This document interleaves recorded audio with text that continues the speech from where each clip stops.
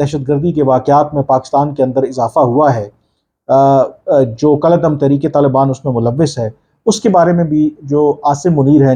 جو army chief ہیں، ان کا خیال ہے کہ یہ ان کی طرف سے ایک کوشش ہے کہ مذاکرات کو دوبارہ شروع کیا جائے، لیکن جو حکومت پاکستان ہے وہ افغان طالبان یا افغان حکومت کے علاوہ کسی دہشت گرد گروہ یا جتھے کے ساتھ مذاکرات نہیں کرے گی۔ دوسرا جو جنرل عاصم منیر نے اپنے خطاب میں بات کی، وہ انہوں نے اپنے خدشات کا اظہار کیا کہ افغان شہریوں کا پاکستان کے اندر دہشت گردی کے واقعات میں ملوث ہونا خطے اور دونوں ملکوں کے جو تعلقات ہیں اس کے لیے بالکل بھی درست بات نہیں ہے، اور یہ ایک سگنیفیکنٹ آئی تھنک ڈیولپمنٹ ہے گیون دا فیکٹ کہ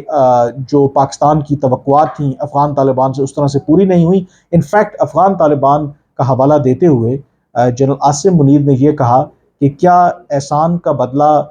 احسان کے علاوہ کچھ اور بھی ہوتا ہے؟ مطلب اب اس بیان کو ذرا انٹرپریٹ کرنے کی ضرورت ہے کہ افغان طالبان کو جنرل عاصم منیر نے یہ کیوں کہا کہ کیا احسان کا بدلہ احسان کے علاوہ کچھ اور بھی ہوتا ہے؟ مطلب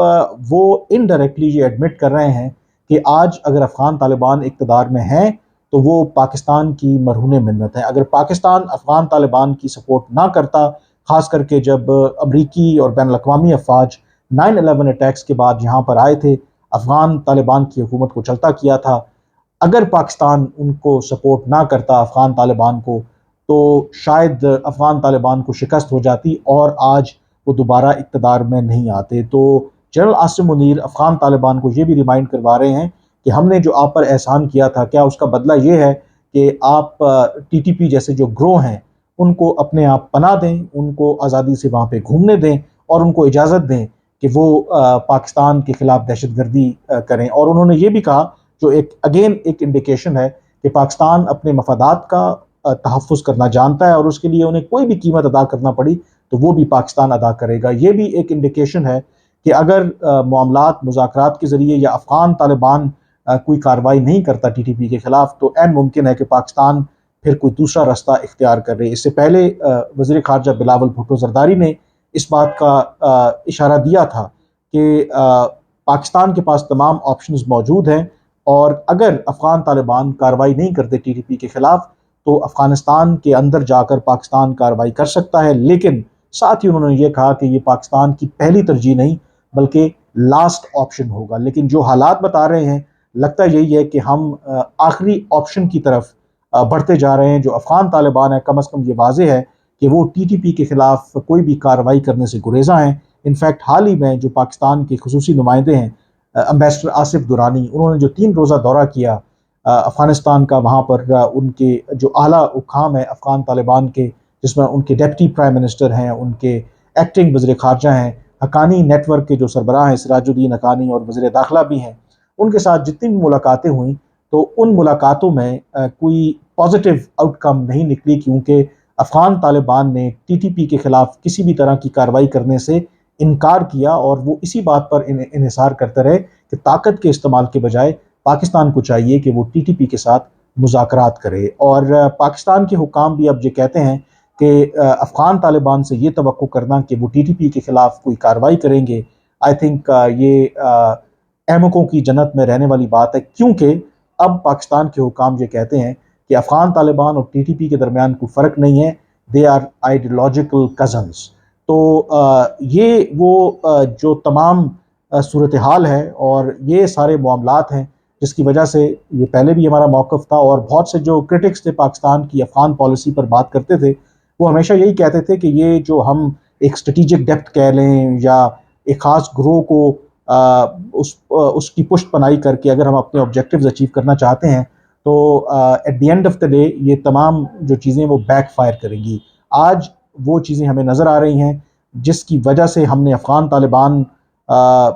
پر اتنا زیادہ انویسٹ کیا، ان کو کوئی شک نہیں ہے کہ اتنا پروٹیکٹ کیا کہ وہ ہمارے مفادات کا تحفظ کریں گے، لیکن at the end of the day